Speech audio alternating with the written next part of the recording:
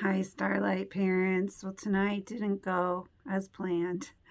Obviously, we had the water problem here, and I appreciate your flexibility with the schedules getting all changed around. But I wanted to send you a quick video. I know you already heard me from the director's hat, but now I'm wearing my teacher hat. I'm the lead teacher of the Starlights. Kelly Merrill is the lead teacher with me. She co-leads with me of the Starlights. And so maybe some of you have already had her as a teacher, so it'll be a reacquaintance with her. But we're really looking forward to getting to know your kiddos. And on the first day that they come and see us on Monday with you stay, we'll give you the packet that we were going to give you tonight, as I already have it printed off. But I'm going to go over it real quick. So, what I'm going to tell you what like our procedures are, what some of the things that we do in class are a little bit different from the other classes in case you're a returning family. So first of all, I'm going to go over what our day is like. So when your kiddos arrive to the Starlight class, you're going to bring them to the double doors by the playground. And Mrs. Merrill and I will be there to receive them. Make sure you're checking them in Brightwell. We'll give you a code on that visit day. And on visit day, you're going to use door C, which is the door by the purple preschool entrance sign. Okay. It's also the door where the white locked tuition box is if you ever pay by cash or check. So that's door C. Look for the purple preschool entrance sign. That's where you're going to come in for your visit day on Monday. And you've been assigned a time of either 12:15 or 12:45. So look back in Brightwell to see what your time is. We're dividing half and half so there aren't such a large group in the classroom at one time. So that is a little visit time where you come with your child and they get to meet us again, reacquaint us again if you're a returner, and they get to play for a little bit, and you can kind of chat with the other parents and chat with us. So it's just a little introduction to our school year. If you can't come to that, it's okay. Then your child's first time will be on Tuesday for that half class session. Okay, and I sent that all to you on an email and in Brightwell, so you know your time. But when the kids first get here, we'll receive them at that door, and then we come on down to our classroom. We do give them a squirt of hand sanitizer when they get here. So we ask that upon arrival, before they arrive, that you have had your child wash their hands.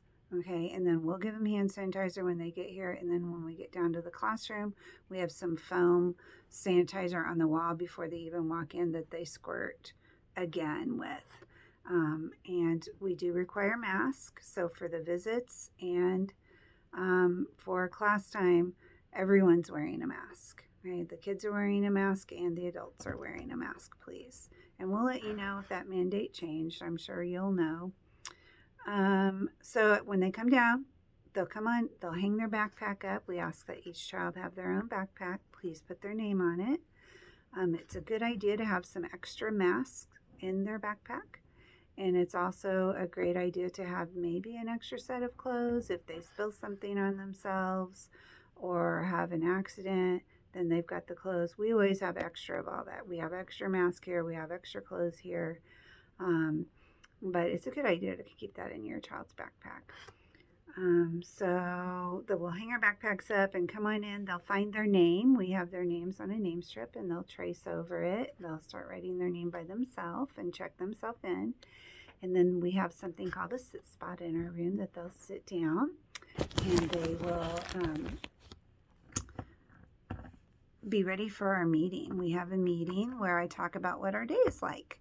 So what we're going to do, what's set up on the fine motor table, what the art is for the day, if there are any other extra toys that we brought in to go along with our theme that we are teaching that day, or what the letter of the day is. Those things, I'll introduce those things that they have those as a choice to play with. And then we'll break apart and everybody can just go play where they want to play. And that part of our day usually lasts about an hour or so. And during that time, we do some small group things, Mrs. Merrill and I do with the kids. So whatever the art is, we'll be helping them with that in a small group, 3 or 4 kids at a time, while the other children are playing. And Mrs. Merrill kind of float around and assist them in their play, whatever they're doing, or if there's a problem, she'll help them work it out. So after we're done with that, they'll also have snack. We're still sticking with a small group format for our snacks. So 3 or 4 kids will be eating at a table at the same time. So we do have little hooks on our chairs where they hang their mask up while they're eating. We do have a quiet corner, we call it, or a calm corner in our classroom. If they're needing a mask break, they can go over there and relax and take their mask off. There's only 1 student at a time over in that area. So that was an area you were going to get to see. I'm going to take a little tour of the classroom, video it, and send it to you as well, so you can see what the classroom looks like if you're not able to come to visit day with your child. That way you can still see the class. After we're done with all that, we'll move into our more kind of structured instructional time we call circle time. And we'll do calendar and weather. We do a lot of singing with songs. We'll talk about our letter of the week, what it is. We'll do pledge and the kindness pledge and weather, all those kind of things. We'll do a number of the day and practice some pre-math things during circle time. So after we're done with that, then we have some music and movement time. I love to sing and dance with the kids, get their wiggles out that way. We have lots of books in our classroom related to the themes that are being taught, and puzzles. So they'll have a book and puzzle time. And then we'll move into a story time. I read them a story, or Mrs. Merrill will read them a story related to our theme. And then it'll be time for our large motor activities. So we will move out to the playground, or we have an indoor playground we call the muscle room that they love. They love to play in the muscle room. So we'll go into that time, and then the day will be over, and you'll come and pick your child up on the playground or at the set of those same doors where we did arrival. Okay, so that's what their day is like. It goes really fast. We have a lot of fun, and we learn a lot and play a lot. So some of the things that we incorporate into our classroom that you might hear your child talking about is, well, you'll hear them singing a lot of different little songs and ditties. So sorry about that. Might get kind of annoying for you, but we do sing a lot of things. I already talked about the quiet corner. We do, if a child's feeling overwhelmed, or when we've been real active, maybe we've done a really silly song with music and movement time, to calm down, we do something called calm down breaths. So you might see your child doing that at home, a calm down breath, where we breathe in through our nose and raise our hands up, and then we breathe out through our mouth and put our hands down. So we have a couple of different calm down breaths that we do. So it's a really great self-regulating skill too for them to learn. We use a lot of redirection here for children.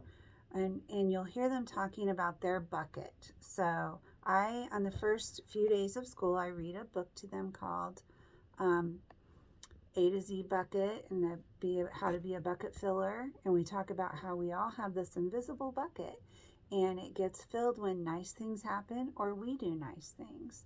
So we'll talk about that bucket up in our brain. And then we talk about red choices and green choices too. And so we'll talk about how green choices fill our buckets and fill our friends' buckets, and red choices empty our bucket or empty our friends' bucket. So you'll hear your child using that language, and that's what that's all about. Okay? So moving along, something else you'll see that your child will be excited about is if they get to be a star student. So once a week on Fridays, I pull a name out of a bag, and someone is chosen to be the star student. So you'll find in their backpack a poster that you will help them create about themselves. And there's a note attached to it describing that. And then also on Fridays, or the last day of the week, I pull a name out of a bag, and someone gets chosen to bring the Pocket Pal home, our alphabet pal. So they're very excited when this happens, and everyone gets a turn, and everyone gets one turn doing the Star Student or in doing the Pocket Pal. So it teaches patience. They have to wait their turn to be able to do that. But they get real excited about it. And so what the Alphabet Pal is, it's a little beanie baby that comes home for just the weekend, and there's a binder that comes with it. They'll bring it home in a little backpack, and they'll play with it all weekend. And then they need your help writing a little story about what they did with their Alphabet Pal. And then they'll bring all of that back on Monday. It's okay if you forget. It can happen on Tuesday. And we'll read that during circle time. It's a lot of fun. They really, really love doing it. So that's the Star Student and the Alphabet Pal. And we do once a month do show and tell. And so we will give you a notice about that in Brightwell. And I try to relate show and tell to our themes for the month. So you'll get a calendar message to you every month that has our themes. And I will message you as well when a show and tell is coming up. And the show and tell has to fit inside your child's backpack. So say our themes of the month have been the letter A, B, C, and D. They can bring something that starts with one of those letters. So they might bring a little bear, or they might bring a little toy dog, or they might bring an apple, or they might bring, if their sister or brother's names starts with a C, like Chelsea or something, bring a picture of them because she starts with C. So things like that. So it's a little learning experience, but also they get a lot of pride in getting up and showing what their item is that they brought in. So that's show and tell. It happens once a month. The way we do parties in the Starlight class is they're mostly teacher-led, but you'll get plenty of notice about them. We don't let parents donate food items, so we take care of purchasing all of that, but sometimes we'll ask for napkin donation or a juice box donation or something like that, and that's how you can help out with parties. For birthdays, what we do is we have a birthday binder that they pick their birthday treat in. And then we get that for them. And then if you would like them to bring something from home, they can bring a birthday napkin. If they're really into Paw Patrol napkins for everyone or something. So they're still feeling special. They're bringing something in, but it's a napkin. Okay, so that's how we do birthdays. And then we give them something special from the teachers for their birthday, a little postcard and a swirly straw and a sticker. Okay, so that's how birthdays work. Let's talk about field trips. So you see my Playmates Preschool t-shirt. So during the first week of school, we're going to send home a t-shirt for everyone. And watch your messaging about that. There is a $10 donation fee asked for those t-shirts. It's a little different than in the past. I'm not going to wait for your order and then order them. We're just going to send them home. I've already purchased all the t-shirts. But we do ask for a donation back for those, and it's okay if you don't send a donation, they can still have the t-shirt. But it's an orange shirt and I have an orange one today. I'm sporting pink, but I do have an orange one too. And so when we are on field trips, we ask that your child wear that orange shirt. It's a safety issue for us. We like them all to be in the orange. We can easily see it. We can stick together better that way. So we usually take 4 field trips a year, sometimes 5 depending. And our first field trip's already on the calendar. It's October 1. And it is it's a new one. We've never tried it before.